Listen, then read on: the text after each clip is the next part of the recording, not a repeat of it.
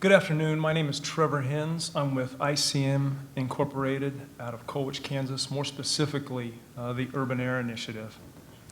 On behalf of the Urban Air Initiative, I appreciate the opportunity to testify regarding the Renewable Fuel Standards 2017 proposed volume obligations. The Urban Air Initiative is a nonprofit organization with agriculture, energy, and public interest supporters focused on developing cleaner transportation fuels that protect public health and reduce harmful emissions. First, we'd like to commend the EPA for proposing to increase the 2017 RVOs.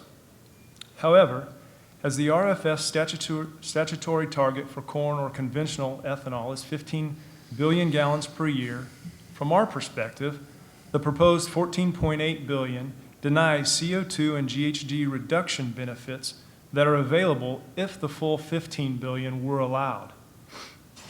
This is particularly important since the shortfall in gallons from the cellulosic category is not providing the reductions anticipated. Consequently, every available reduction in carbon is increasingly valuable. Key, however, is the EPA to recognize that contrary to the agency's 2010 life cycle analysis and its 2011 report to Congress, the best available science shows that blending ethanol into gasoline has significantly reduced emissions of GHGs and other air pollutants, and that displacing gasoline with higher concentrations of ethanol would reduce emissions even further. EPA's life cycle emissions estimates were inaccurate when they were published 6 years ago. And as ethanol production has become cleaner and gasoline has become dirtier, the inaccuracies have only compounded. We urge the EPA to consider the following. Increased demand for corn causes much less land use change and related emissions than EPA predicted in 2010. Evidence to support this includes improved economic models and newly available land use data from periods of increasing corn ethanol production, which show significant increases in yield, but no increases in corn acreage or deforestation.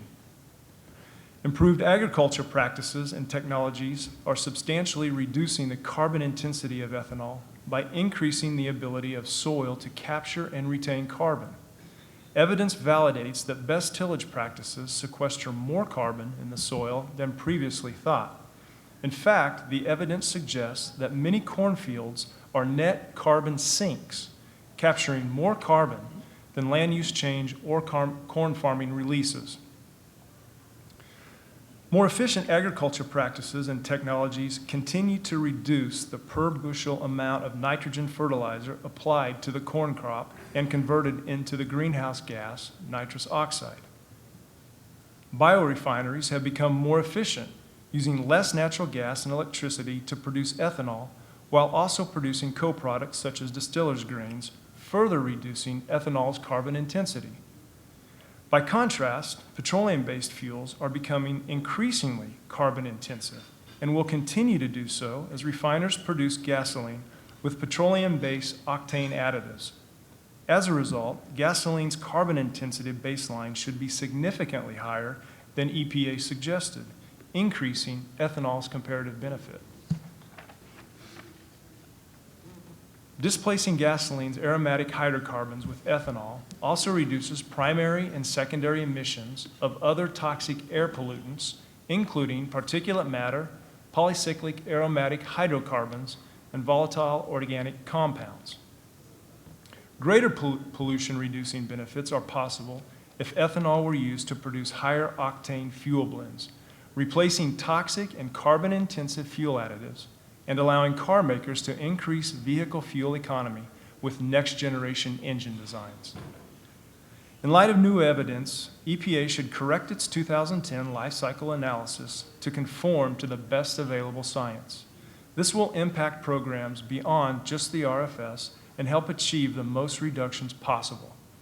Revising the 2017 RVO proposal to allow the final 200 million gallons under the conventional or cornstarch cap is the first step in that direction.